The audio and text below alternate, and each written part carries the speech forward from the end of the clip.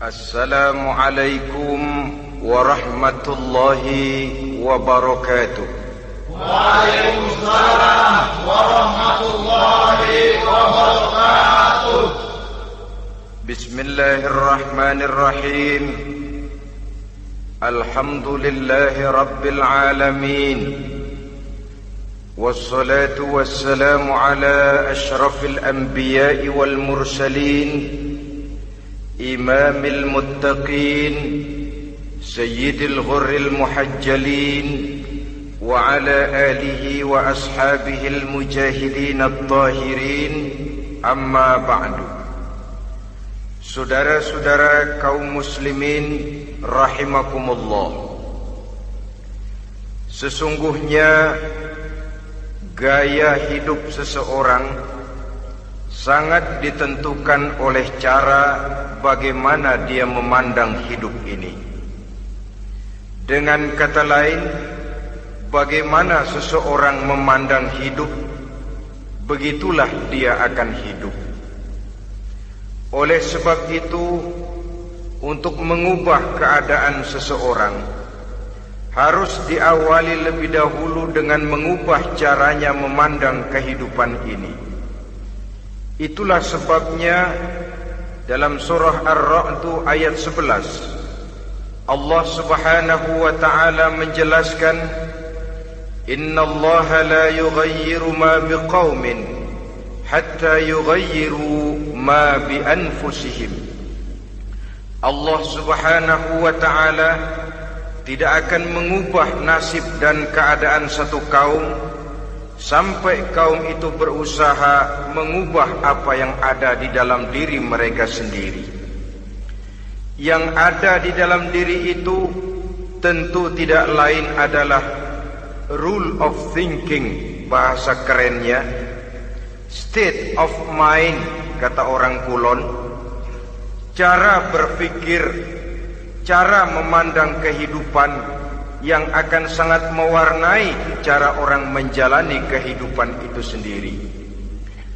Oleh karena itu, pada pertemuan kali ini kita akan membicarakan tentang dasar dan tujuan hidup dari seorang muslim di dalam kehidupan ini. Yang pertama, tentang dasar dan landasan hidup. Seorang muslim tak dapat lain mendasarkan kehidupannya dengan Islam. Di dalam mendasari kehidupan dengan Islam ini, Allah Subhanahu wa ta'ala menuntut, Ya ayyuhalladzina amanu dukhulu fis silmi kafah.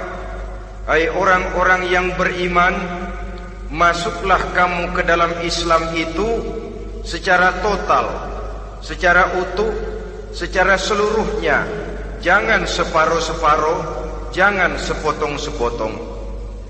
Mendasari hidup dengan Islam artinya menjadikan Islam sebagai way of life, sebagai rule of thinking, sebagai state of mind di dalam kita memecahkan problema-problema kehidupan, sehingga tidak satu persoalan hidup yang bagaimanapun kecilnya sekalipun yang tidak tersentuh oleh nilai-nilai ajaran agama Islam ini.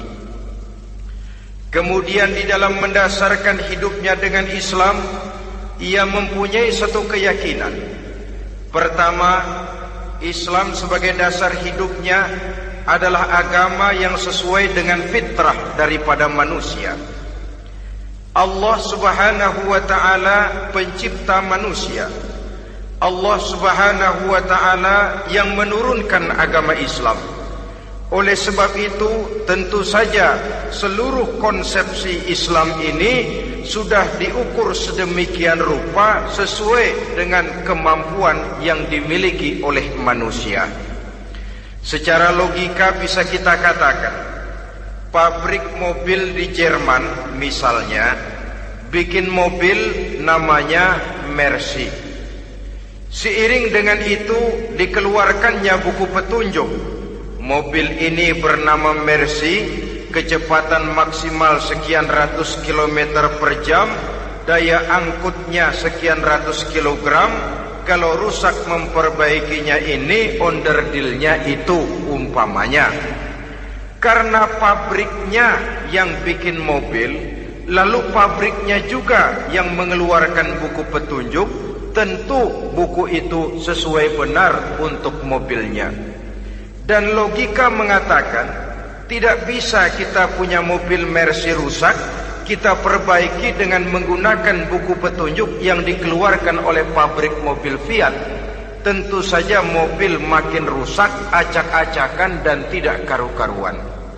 Ini artinya, jikalau manusia ingin baik, jikalau manusia ingin mencapai sesuatu yang bernama bahagia, dia harus mengikuti petunjuk yang dikeluarkan oleh yang menciptakan manusia. Dan petunjuk-petunjuk itu telah turun dalam satu konsepsi yang bernama Islam yang sesuai dengan fitrah manusia. Yang kedua, oleh karena keyakinannya bahwa Islam sesuai dengan fitrah manusia, ia pun berkeyakinan bahwa Islam adalah agama untuk seluruh manusia, universal.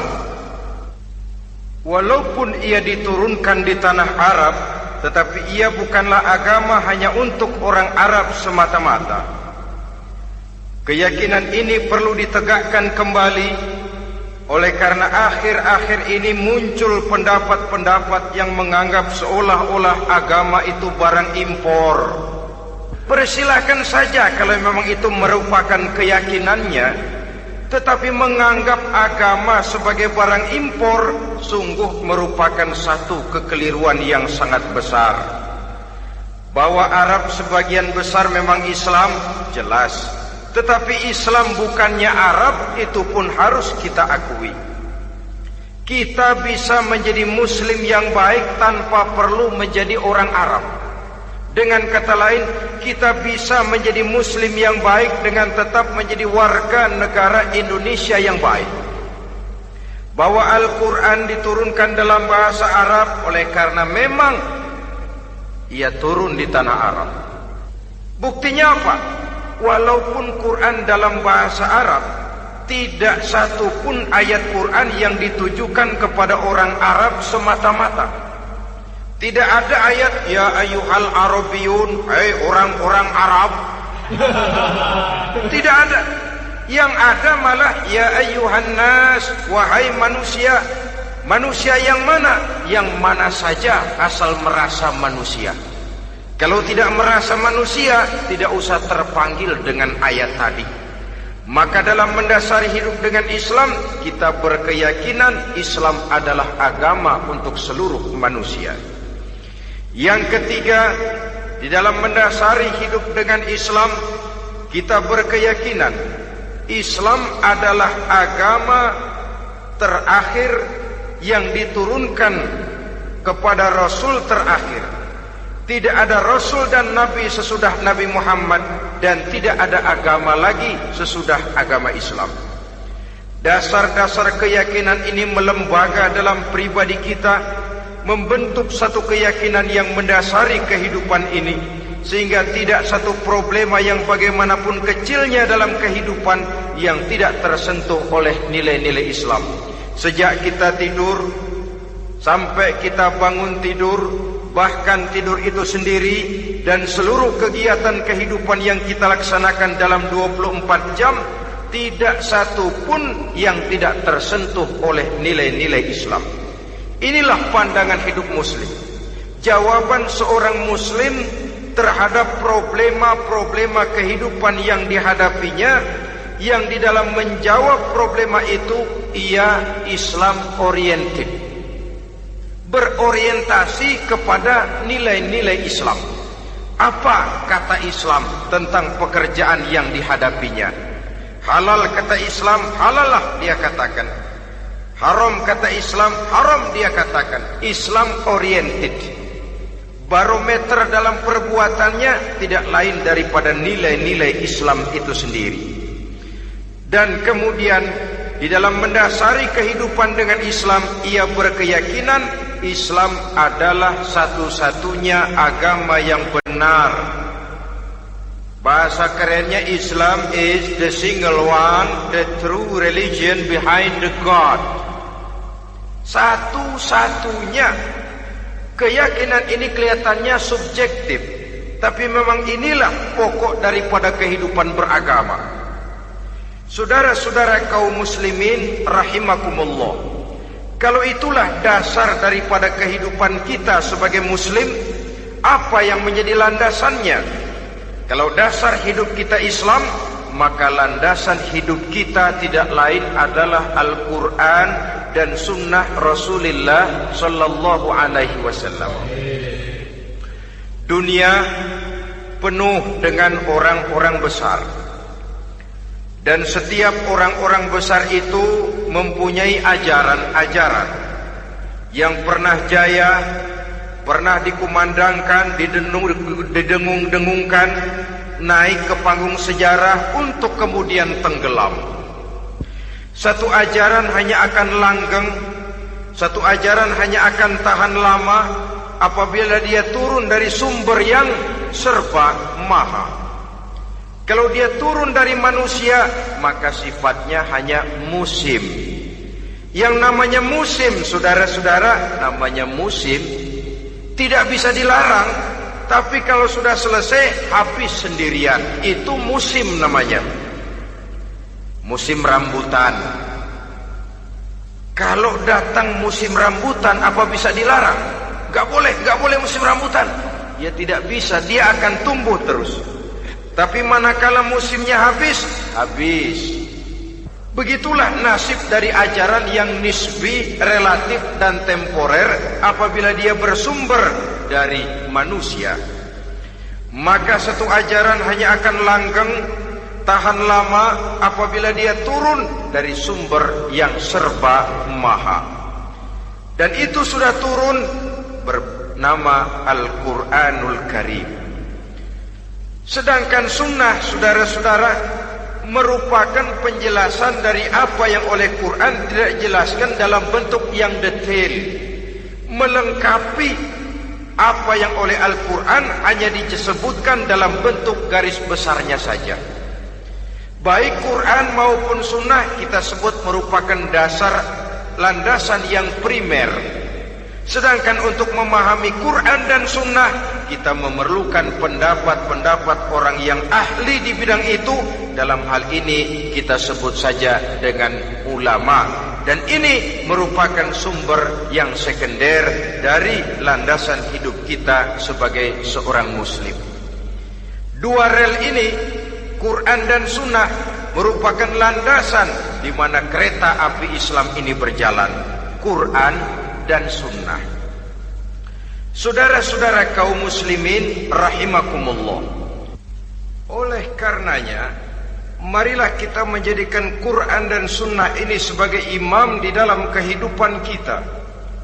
Bukankah Rasulullah sallallahu alaihi wasallam pernah memberikan pilihan, man ja'alal Qur'ana amamahu qadahu ilal jannah wa man ja'alal Qur'ana khalfahu saqahu ilan nar.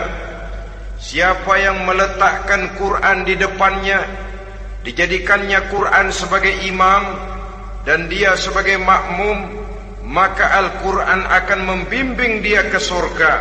Ya, surga di dunia ini, lebih-lebih lagi surga di akhirat nanti.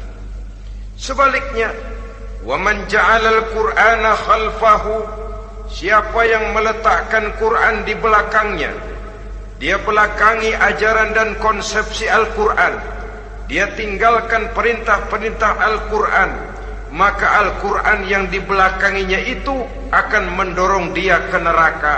Neraka dunia, lebih-lebih neraka di akhirat nanti. Pilihan terserah kita. Jikalau kita mau menjadikan Quran sebagai imam, artinya kita menjadi makmum. Resikonya dimanapun, makmum wajib ikut imam. Imam takbir, makmum takbir, imam ruku', makmum ruku', imam i'tidal, makmum i'tidal. Jikalau Quran imam kita dan kita adalah makmum, maka itu berarti Jikalau ke barat komando Quran, ke barat kita pergi. Jikalau ke timur kata Quran, ke timur kita menuju. Jikalau halal kata Quran, halal kita katakan. Jikalau haram kata Quran, haram kita ucapkan. Itu resikonya kita menjadi makmum, menyusun pola hidup yang lebih Qurani. Tapi sebaliknya, ke barat komando Quran, ke timur kita pergi. Ke utara kata Quran, ke selatan kita menuju. Halal kata Quran, malah kita tidak mau melaksanakannya. Haram kata Quran, kita senang bukan main. Artinya kita mau menjadi makmum, dan Quran kita jadikan sebagai makmum, kita sendiri malah mau menjadi imam. Kita paksa konsepsi Al-Quran itu supaya sesuai dengan naluri kemanusiaan kita. Mengotak-atik hukum, menghalalkan yang haram, mengharamkan yang halal. Dikala itu landasan hidup kita sudah goyah, tidak lagi sebagai landasan tempat kita bertolak, tetapi malah menjadi satu landasan yang kita injak-injak. Sesungguhnya saudara-saudara, Quran tidak akan membawa berkah, tidak akan menjadi rahmatun wa syifaun lil mu'minin, menjadi penyembuh, menjadi rahmah bagi orang-orang beriman, apabila yang kita baca itu kita injak-injak di dalam kehidupan. Upaya menyusun hidup yang lebih Qurani ini seiring dengan usaha kita menjadi warga negara yang baik. Yang saya katakan di awal tadi, tidak saling dan tidak harus saling bertentangan. Jadi dengan demikian, dasar hidup kita sebagai muslim adalah Islam, dan landasan hidup kita tidak lain adalah Al-Quran dan sunnah Rasulullah Sallallahu Alaihi Wasallam. Ini landasan tempat kita bertolak. Ini yang mewarnai gaya kehidupan kita. Apapun yang mau kita lakukan, tempat kita bertanya lebih dahulu Quran dan sunnah. Saya mau melakukan pekerjaan ini, apa kata Quran? Saya mau pergi ke tempat ini, apa kata Quran? Saya mau berusaha dengan mengerjakan perusahaan ini, apa kata Quran? Merupakan landasan daripada kehidupan kita. Ini yang saya katakan tadi, membentuk rule of thinking, state of mind, bahwa gaya kehidupan kita diwarnai oleh landasan hidup yang bertumpu pada ajaran Al-Quranul Karim dan sunnah Rasulullah Sallallahu Alaihi Wasallam. Baiklah ya, ini yang pertama tentang dasar dan landasan hidup. Yang kedua tentang tujuan hidup. Kalau sudah ada landasan tempat kita bertolak, lalu kemana pantai yang akan kita tuju? Mau apa sih kita hidup ini? Berleha-leha, menjalani acara rutin, bangun tidur sampai tidur lagi, kemudian besok begitu lagi, sampai menunggu datangnya sang ajal? Atau ada satu tujuan yang akan kita capai di dalam kehidupan ini? Apabila kita teliti, maka Al-Quran mengajarkan tujuan hidup setiap muslim pada dasarnya ada dua. Pertama, kita sebut saja tujuan jangka pendek. Tujuan jangka pendek itu sasarannya dunia sekarang ini. Bentuknya horizontal. Targetnya agar setiap pribadi muslim menjadi rahmatan lil alamin, rahmah bagi lingkungannya. Inilah yang oleh agama dinamakan hablum minan nas, yang isinya adalah ilmu dan peradaban. Jadi dunia dan seluruh isinya merupakan tujuan jangka pendek saja. Untuk mencapai tujuan jangka pendek, dunia dan seluruh isinya, unsur penunjangnya adalah pendidikan, pengalaman, atau nasib. Makin tinggi pendidikan, makin mudah menjangkau hidup.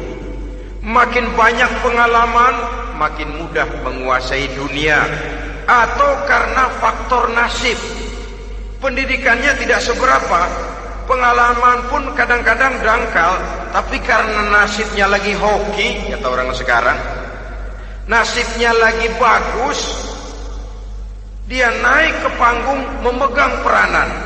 Faktor yang namanya nasib ini ada, tapi tidak bisa dijadikan sandaran. Untuk menjangkau dunia dan seluruh isinya, unsur penunjangnya pertama pendidikan, yang kedua pengalaman, yang ketiga faktor nasib. Oleh karena itu, apabila kita ingin mudah mencapai dunia, yang pertama harus kita laksanakan bagaimana menempuh satu pendidikan. Di zaman sekarang orang terangsang untuk hidup dalam pola yang oleh orang-orang priangan disebut hardolin. Saudara tahu hardolin? Itu potongan dari dahar modal ulin.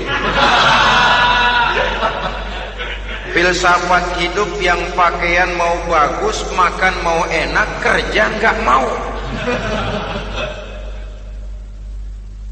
Akhirnya jadilah dia penghayal kelas berat, tukang-tukang lamun kelas tinggi. Tiap hari kegiatannya ya cuma tidak terlepas dari tiga kriteria itu. Hardolin. Pokoknya kalau sudah dahar, modal, ulin. Besok ya begitu lagi. Pola dari dimana orang pakaian mau bagus, makan mau senang, duit mau punya, kerja tidak mau. Kadang-kadang mau kerja tapi tidak tahu apa yang harus dikerjakan. Ditambah oleh sempitnya lapangan pekerjaan. Tidak tahu apa yang harus dikerjakan, dilatar belakangi oleh tidak adanya pendidikan yang dia terima, sehingga mau kerja apa lalu bingung. Oleh karena itu, terutama buat adik-adik remaja, para pemuda, saya berpesan untuk menjangkau dunia, yang pertama harus kita jalani bagaimana membina diri, mendidik. Taruh kata drop out, putus sekolah, tapi drop out bukan halangan bagi tumbuhnya cita-cita yang mulia. Bahkan ada orang bilang many a great man starts as a newspaper boy. Banyak orang-orang besar yang memulai pekerjaannya dagang koran. Putus sekolah bukan merupakan halangan bagi tumbuhnya cita-cita yang mulia. Dan tidak sedikit orang-orang besar yang tidak keluaran perguruan tinggi. Tidak sedikit orang-orang besar yang tidak merupakan produk dari perguruan tinggi tertentu, tapi kerajinannya belajar, banyak membaca, banyak bergaul, autodidak. Syukur kalau masih bisa menempuh pendidikan yang formal. Kekurangan ekonomi, kemiskinan keluarga jangan menjadi penghalang bagi tumbuhnya cita-cita yang tinggi untuk menempuh karier pendidikan yang baik. Ini memang baik, tapi bagaimanapun kata orang, lebih baik makan singkong beneran daripada makan roti ngimpi. Artinya jikalau memang perlu, lebih baik sekolah sambil dagang koran, nyemir sepatu, parkir mobil, daripada hardolin itu tadi. Tanpa prospek hari depan yang ada artinya. Dan pendidikan memang merupakan sesuatu yang baik, tapi tanpa ini rasanya kita akan sulit untuk menjangkau dunia, tersisih di pojok-pojok kehidupan. Jangan lalu bilang, manusia kan rezekinya sudah dijamin oleh Allah, ayam saja ada rezekinya. Of course. Tapi jangan lupa, cara ayam cari rezeki dengan cara manusia cari rezeki lain. Kalau ayam cari rezeki dari tahun atu, modalnya cuma ceker sama patok kalau ayam mah. Asal bisa nyeker, bisa matok, ayam dapat rezeki. Pokoknya kertok dah. Tapi manusia cari rezeki, dia harus cari lapangan kerja. Lapangan kerja sulit. Sudah dapat lapangan kerja, harus punya keahlian. Untuk memperoleh keahlian, harus dengan pendidikan. Berhadapan lagi dengan saingan-saingan, karena pasaran tenaga kerja Tiap tahun puluhan kalau tidak ratusan ribu pasaran tenaga kerja yang masuk lapangan kerja.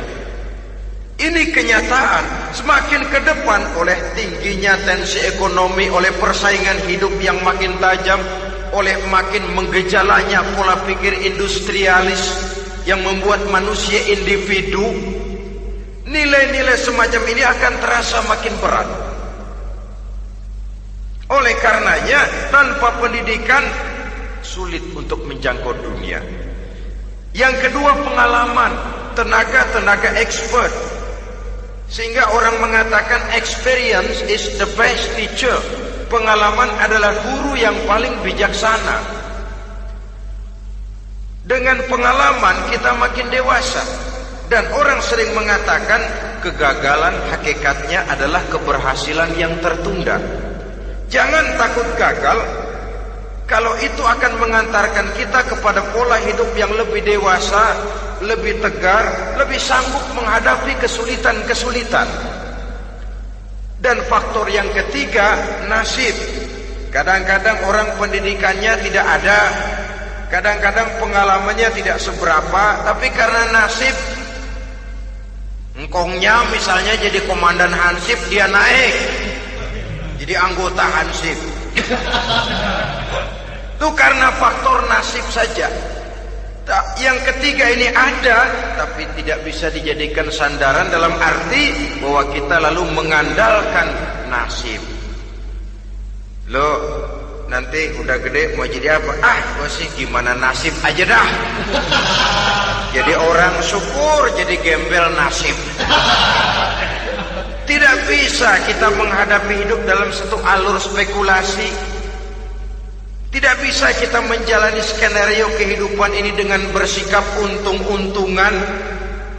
Karena kehidupan walaupun tidak bisa dipastikan, paling kurang bisa dirancang, bisa direncanakan, bisa ditargetkan, bisa dianalisa kemungkinan-kemungkinannya.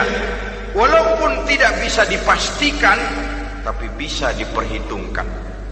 Sebagai manusia yang terikat oleh causality, oleh hukum sebab akibat, sewajarnya kita memperhitungkan kemungkinan-kemungkinan itu.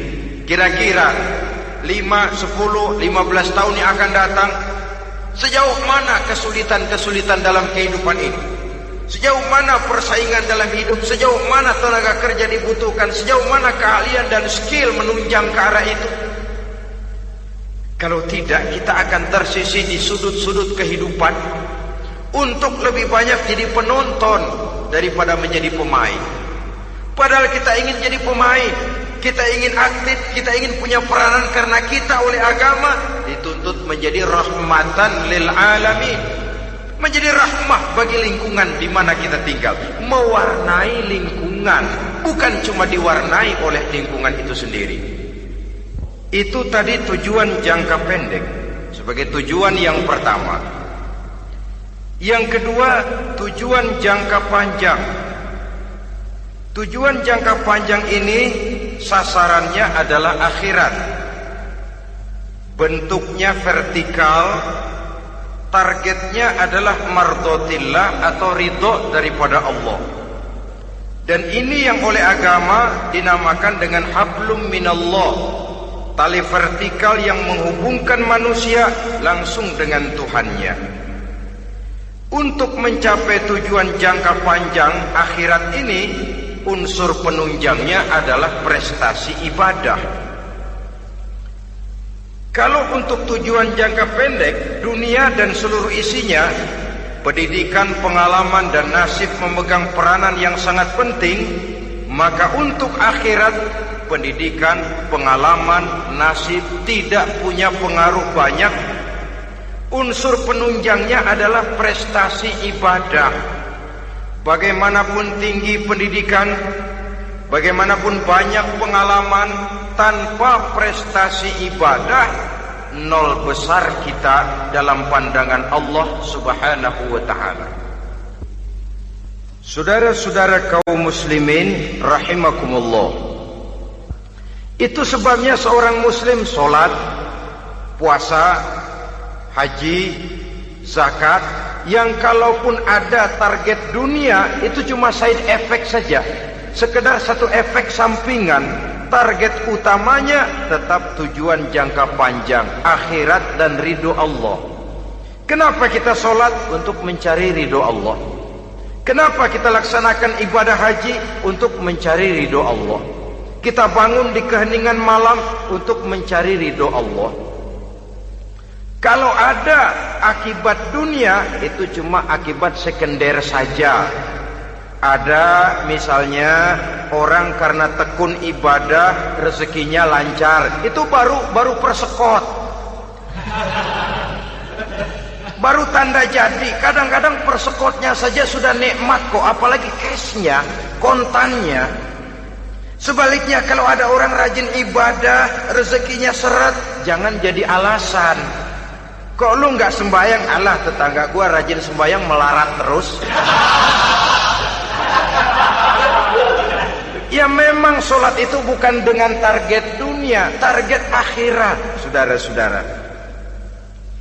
Oleh sebab itu, seorang muslim adalah seorang yang berpandangan luas, berjiwa lapang. Maksudnya apa? Tujuan jangka pendek dan jangka panjang ini harus dia raih kedua-duanya. Ini yang oleh Al-Quran diajarkan agar setiap muslim mencapai fid dunia hasanah wa fil akhirati hasanah. Kebaikan di dunia, kebaikan di akhirat. Itu arti hasanah. Jangan macam orang dulu, punya istri dua pergi haji. Yang satu yang muda istrinya namanya Hasanah, yang satu namanya Khadijah. Waktu tawaf keliling Ka'bah, si suami ini nggak bisa doa apa-apa kecuali Rabbana Atina itu. Tiap putaran Rabbana Atina fid dunya hasanah wa fil akhirati hasanah. Putaran kedua Rabbana Atina fid dunya hasanah wa fil akhirati hasanah. Ini istri tuanya yang namanya Khadijah dengerin aja. Akhirnya di satu saat dia colek suaminya, "Bang, mentang-mentang Hasanah bini muda disebutin melulu, saya dong disebutin dalam doa." "Iya dah, ntar putaran selanjutnya." Suaminya blow on juga. Putaran kedua dia baca Rabbana Atina fid dunya hasanah wa fil akhirati Khadijah.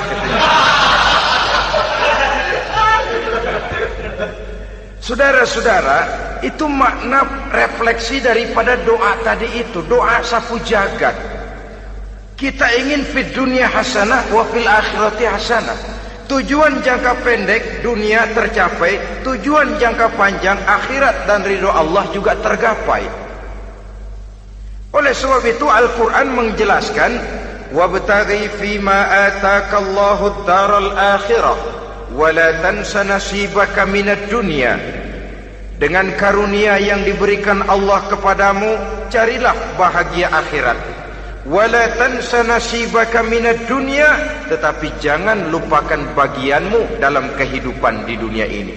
Cari akhirat, utamakan akhirat dengan tidak usah melupakan jatahmu di dunia. Kenapa saya katakan seorang muslim berjiwa besar?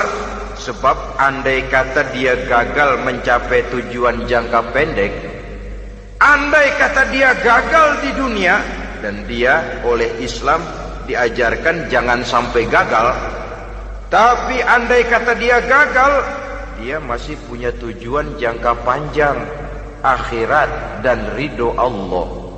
Dia masih bisa menghibur diri, biarlah di dunia kita sederhana, bahkan biarlah susah di dunia, asal di akhirat kita bahagia. Orang yang tidak punya pandangan hidup semacam ini, surgalah dunia ini, segalanya telah tertumpu di sini. Bila umurnya selesai, ajalnya datang, selesai sudah, surganya sampai di situ, dan dia tidak punya pengharapan lain di belakang itu. Maka seluruhnya bertumpu pada kehidupan di dunia, padahal dunia seperti air laut, makin diminum makin haus, makin kering tenggorokan. Dunia yang diperturutkan menyeret manusia ke dalam lingkaran setan, terjebak dalam sifat yang namanya tamak bin rakus alias serakah.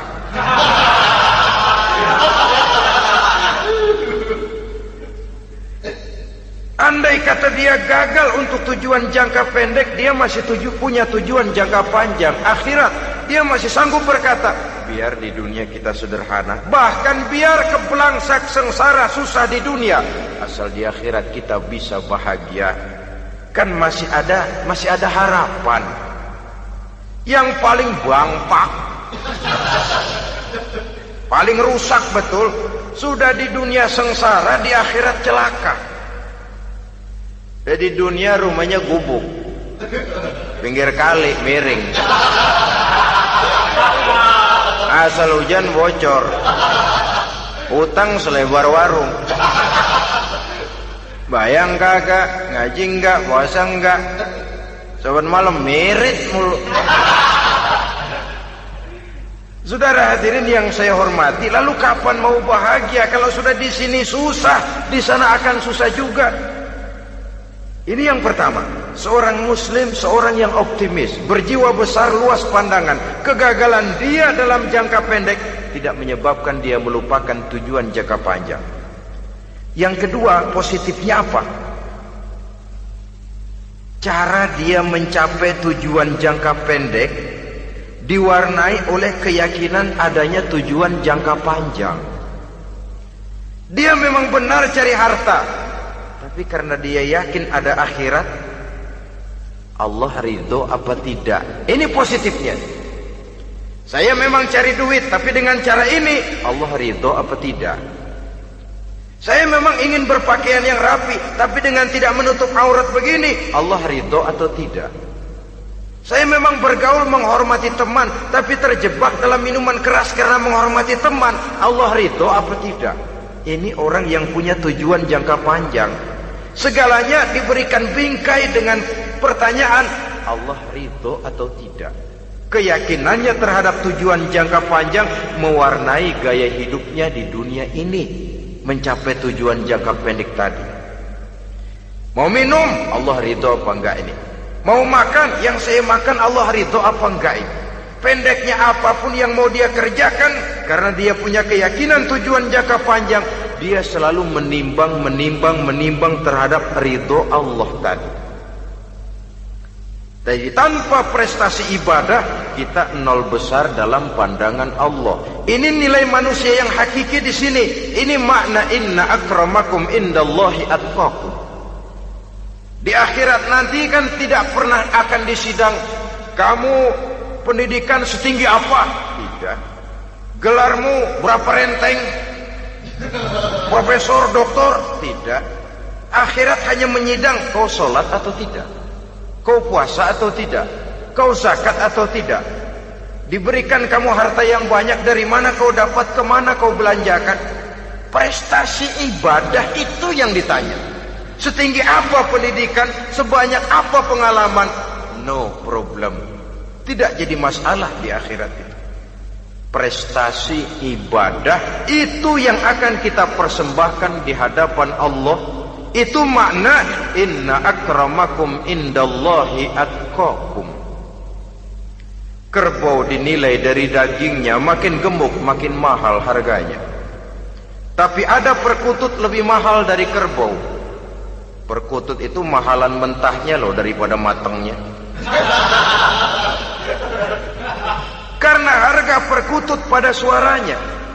Lalu di mana harga manusia yang paling gemuk? Tidak. Suaranya, oh kalau manusia dinilai dari suaranya, barangkali Madonna nomor awal masuk surga. Hanyalah dengan prestasi ibadah kita bisa mencapai tujuan jangka panjang, akhirat dan ridho Allah.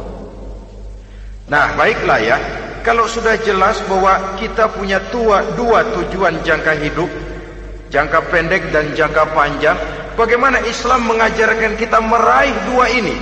Pada prinsipnya Islam mengajarkan sistem keseimbangan. Dalam berbagai aspek kehidupan, keseimbangan ini nampak dengan nyata diajarkan oleh agama kita. Seperti ayat yang saya bacakan tadi. Dengan karunia yang diberikan Allah kepadamu, cari negeri akhirat, tapi jangan lupakan bagianmu di dunia ini. Dalam bentuk yang lebih nyata, bekerjalah untuk duniamu seolah kau akan hidup buat selamanya, tapi bekerjalah buat akhiratmu seolah kau akan mati besok. Manifestasinya dalam kehidupan, misalnya orang kaya diperintah membantu yang miskin, tapi orang miskin dianjurkan berusaha. Jangan mengandalkan hidup kepada yang kaya, seimbang. Kamu kaya, betul Pak, bantu yang miskin. Kamu miskin, iya Pak, berusaha, seimbang. Tuan rumah diwajibkan menghormati tamu, tamu diwajibkan tahu diri, seimbang. Jadi bagaimana kalau sudah kita bekerja di sawah, di ladang, di pasar, di kantor, anggap kita akan hidup selamanya agar timbul gairah kerja. Tapi kalau sudah sholat, anggap kita akan mati besok supaya timbul khusyuknya. Nah, titik tekannya di mana? Stresnya itu. Walaupun Islam mengajarkan sistem keseimbangan, tapi Al-Quran tetap menggarisbawahi walal akhiratu khairul laka minal, bahwa bagaimanapun seimbangnya, akhirat itu lebih utama daripada dunia.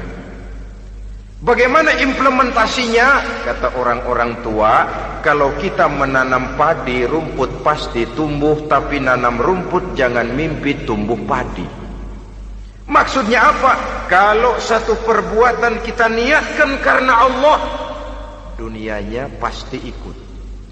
Tapi kalau satu perbuatan diniatkan karena dunia semata-mata, akhirat akan hilang.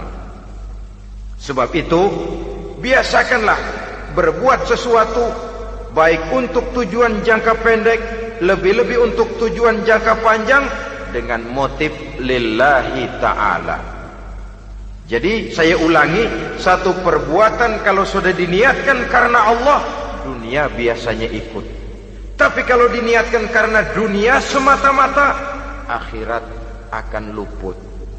Padahal itu titik tekannya, walal akhiratu khairul laka minal ula. Saudara-saudara kaum muslimin rahimakumullah, ini tujuan hidup. Jadi landasan tempat kita bertolak sudah jelas, pantai yang akan kita tuju dalam kehidupan ini juga sudah nyata. Kita ingin mencapai apa yang dinamakan fid dunya hasanah wa fil akhirati hasanah. Untuk itu perlu ada keseimbangan, tetapi titik tekannya tetap akhirat lebih utama daripada kehidupan dunia ini. Sekarang kalau sudah ada dasar hidup, sudah ada tujuan yang akan kita capai, tentu harus ada alat untuk mencapainya. Semuanya perlu sarana. Bahkan pada hakikatnya dalam kaidah usul fikih, para ulama mengajarkan lil wasail hukmul maqasid. Sarana dan tujuan hukumnya sama. Ini mestinya mendidik umat Islam jadi pinter. Jangan cuma berpikir melaksanakan satu pekerjaan, tapi juga berpikir menciptakan sarana untuk terwujudnya pekerjaan itu. Misalnya umat Islam wajib pergi haji kalau mampu, kan begitu toh? Kalau dia umat Islam Indonesia, tentu pergi hajinya ke Mekah. Mekah, Jeddah, Mekah, Indonesia, perlu sarana angkutan untuk sampai ke sana. Kapal laut, kapal udara. Artinya umat Islam harus maju di bidang teknologi, bisa menciptakan pesawat, bisa menciptakan kapal laut, sarana yang akan menyampaikan dia untuk bisa melaksanakan ibadah haji. Selama ini kita bertumpu kepada pemikiran, pokoknya kan yang penting gue pergi haji, pakai apa kayak gue punya duit. Dari segi pribadi memang barangkali begitu. Tapi sebagai umat yang harus mencapai kemajuan, apabila diperintahkan melaksanakan sesuatu, kita pun hakikatnya dituntut menciptakan sarana untuk menunjang pelaksanaan sesuatu itu sendiri. Agama mengajarkan an-nazafatu minal iman, kebersihan sebagian daripada iman. Siapa yang menciptakan mesin cuci? Sabun-sabun kelas, deterjen, rinso dan lain sebagainya. Siapa yang menciptakan air condition, pembersih ruangan? Kita hanya berpikir pokoknya kan bersih, mau pakai apa kek. Kita jarang yang berpikir kepada pewujudan teknologi modern untuk menerjemahkan hadis itu. Syukurlah belakangan ini sudah muncul teknokrat-teknokrat muslim yang dijiwai oleh semangat Al-Quran, membuka tabir rahasia konsepsi Islam di lapangan teknologi modern, yang makin lama makin menunjukkan tuntutan kebutuhan daripada umat itu sendiri. Dengan demikian, apabila ada tujuan hidup, kita memerlukan alat untuk mencapai tujuan tadi. Supaya tujuan fid dunya hasanah wa fil akhirati hasanah tercapai, apa alat yang harus kita pakai? Kita lihat surah At-Taubah ayat 111 memberikan jawaban. Innallaha ashtara minal mu'minina anfusahum wa amwalahum bi anna lahumul jannah. Sesungguhnya Allah telah membeli dari orang-orang beriman diri mereka, harta mereka, bahwa sesungguhnya bagi mereka adalah surga. Coba kita simak ayat ini sejenak, akan nampak dengan jelas bahwa ayat ini hakikatnya merupakan satu transaksi yang nyata benar antara kita dengan Allah. Transaksi jual beli sudah terjadi, dan itu langsung dengan Allah, tertuang dalam pernyataan Quran. Pembeli Allah, penjual kita orang-orang beriman, dagangannya adalah anfus dan amwal, harganya adalah surga. Itu sudah tanda tangan pernyataan kita siap jual beli ya Allah. Apalagi baiat kita apa? Inna solati wa nusuki wa mahyaya wa mamati lillahi rabbil alamin. Solatku, ibadahku, hidup dan matiku cuma untuk Allah Tuhan seluruh sekalian alam. Minimalnya 5 kali sehari semalam baiat ini kita ulang dan kita ulang. Kenapa lalu kita tidak konsekuen? Dalam konteksnya dengan persoalan, maka alat hidup kita itu ada 2. Pertama, anfus. Ini bentuk mufrad dari jamaknya, bentuk jamak dari mufrad nafsun. Biasa diterjemahkan dengan diri. Yang dimaksud dengan diri adalah kepribadian. Yang dimaksud dengan kepribadian ialah kekayaan yang kita miliki dalam kepribadian kita. Artinya bisa tenaga, pikiran, konsep, gagasan, wewenang, ide, pangkat, jabatan, kemampuan, keahlian, skill, itu semuanya masuk ke dalam anfus, diri. Sedangkan amwal bentuk jamak dari mufrad malun, biasa diterjemahkan dengan harta. Pengertian di sini ialah seluruh bentuk-bentuk materi yang berada di bawah kekuasaan kita. Bisa rumah, bisa uang, bisa tanah, bisa kebun, bisa pabrik, bisa peternakan, itu semuanya amwal.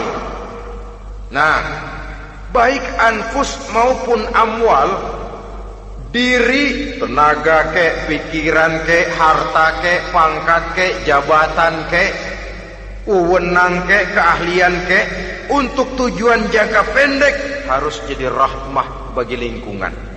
Untuk tujuan jangka panjang harus menunjang jalan menuju ridho Allah. Jadi kalau pangkat kita menjauhkan kita dari ridho Allah, itu bukan nikmat tuh, azab. Punya pangkat bukan melakukan kebaikan, malah melakukan kejahatan, setidak-tidaknya berdiri di belakang kejahatan, melindungi perbuatan-perbuatan munkar. Dalam kelas kakap melindungi korupsi, dalam kelas teri jadi backing tukang koprok. Umpamanya itu sudah menyalahi Alat tidak digunakan untuk mencapai tujuan. Itu untuk tujuan jangka pendek. Lalu amwal, harta, uang, tanah, rumah, kebun, untuk tujuan jangka pendek harus menjadi rahmah bagi lingkungan. Sedang untuk tujuan jangka panjang, baik diri maupun harta harus menunjang jalan menuju ridho Allah, harus meningkatkan prestasi ibadah kita kepada Allah Subhanahu wa ta'ala. Malah yang namanya amwal ini tanggung jawabnya lebih berat loh saudara. Kalau saudara diberikan ilmu, sidang akhirat cuma satu. Ilmumu kau amalkan untuk apa? Saudara diberikan umur panjang, pengadilan akhirat cuma bertanya satu, umurmu kau habiskan di mana? Tapi saudara diberikan harta, pertanyaan akhirat dua, hartamu kau dapat dari mana? Kau belanjakan kemana? Dari mananya dan kemananya ditanya, depan belakang. Wah, kadang-kadang kan ada orang hartanya didapat dari jalan yang halal, dibelanjakan di jalan haram. Kerja peras keringat banting tulang setengah mati, begitu dapat duit beli buntutan, muter-muter kertas cari kode. Didapat dari jalan halal, dibelanjakan di jalan haram. Atau didapat dari cara yang haram, dibelanjakan di jalan yang baik. Menang judi, nyumbang pesantren. Nabi mengajarkan innallaha thayyibun la yaqbalu illa thayyib. Allah itu baik dan hanya menerima yang baik-baik saja. Tidak bisa mencuci kain dengan air najis. Kain akan tetap kotor. Saudara-saudara kaum muslimin rahimakumullah.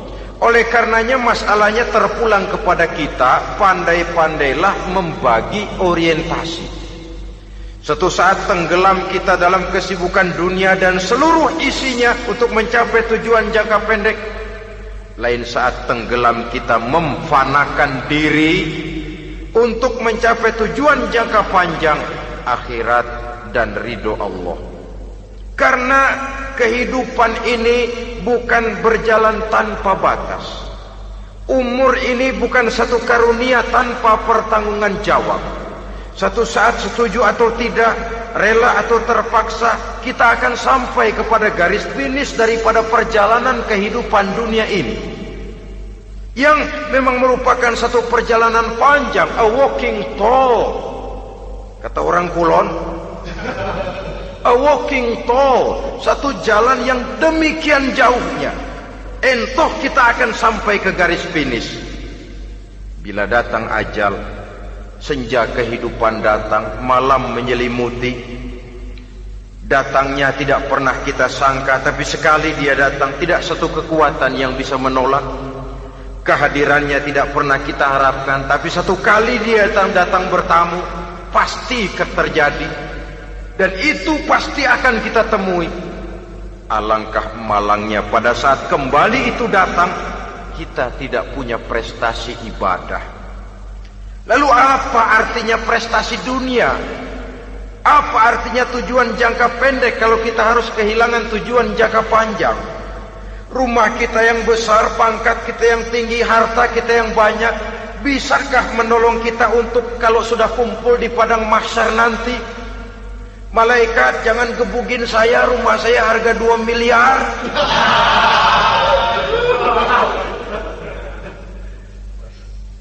Sudahlah malaikat, damai saja, itu Rolls Royce saya. Pakai saja malaikat, pakai. Kata malaikat, gue budak, gue nggak butuh gituan. Hanya prestasi ibadah yang bisa menyelamatkan kita pada kondisi semacam itu. Jadi oleh karena itu saudara-saudara, biar di dunia ini rumah kita besar, mobil bagus, uang banyak, pabrik ada, usaha lancar, asal di akhirat masuk surga aja. Gak apa-apa. Daripada di dunia sengsara, di akhirat neraka, senangnya kapan? Sudah di sini sengsara, di sana kebelangsak. Itu yang orang-orang tua bilang lacur kuda namanya. Pelan dipecut, kenceng digentak, setengah mati, serba salah. Kuda kalau bisa ngomong, gue setengah mati, serba salah.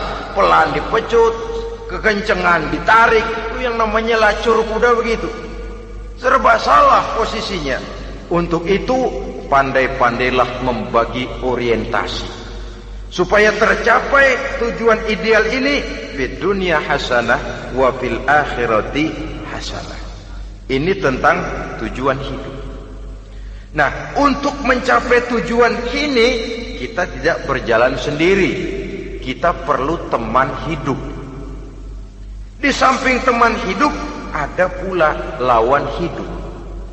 Siapa teman hidup kita untuk mencapai tujuan hidup ini?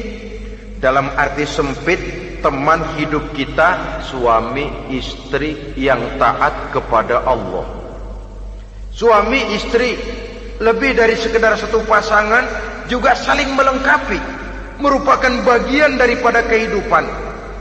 Suami adalah teman istri, istri adalah teman suami untuk mencapai tujuan hidup tadi. Mencapai fid dunya hasanah wa fil akhirati hasanah. Seiring, seirama, selaras, serasi, seimbang, kata orang sekarang. Teman dalam arti sempit. Adapun teman dalam arti luas, setiap orang yang pandangan hidupnya sama dengan kita. Setiap orang yang akidahnya sama dengan kita. Terlepas dari suku bangsa apapun, warna kulit apapun, bahasa apapun, jikalau keyakinannya sama, pandangan hidupnya sama, dia adalah saudara kita dalam artian yang luas. Islam tidak kenal teritorial, maka tidak ada itu Islam Jepang. Ya walaupun secara formalnya ada, tapi informal Muslim adalah Muslim, diikat dengan akidah. Itu teman hidup. Lalu lawan hidup siapa? Pertama iblis, dalam segala bentuk dan implementasinya. Yang kedua, setiap orang yang pandangan hidupnya tidak sama dengan kita secara ideologis, itulah lawan hidup kita. Maka yang teman jadikan teman, yang lawan jadikan lawan. Jangan teman dijadikan lawan, lawan dijadikan teman. Itu namanya kopiah dipasang di kaki, pak bakyak naik ke jidat. Wajar kalau kepala lalu jadi benjol. Salah milih teman, salah cari lawan. Salah milih teman, salah cari lawan. Akibatnya kita yang akan susah di kemudian hari nanti. Saudara-saudara kaum muslimin rahimakumullah, oleh karenanya pandai-pandailah dalam hidup ini. Yang teman jadikan teman, yang lawan jadikan lawan. Kalau lawan kita jadikan teman, sementara teman kita jadikan lawan, dan itu yang banyak terjadi dalam praktek kehidupan, kita tidak akan bisa mencapai tujuan. Karena akan tertarung di kaki sendiri. Nah, ini sajalah yang kita bicarakan pada pertemuan kali ini. Mudah-mudahan ada manfaatnya. Terima kasih atas segala perhatian. Mohon maaf atas segala kekurangan. Usikum wa nafsi bitaqwallah. Wassalamualaikum warahmatullahi wabarakatuh. Waalaikumsalam warahmatullahi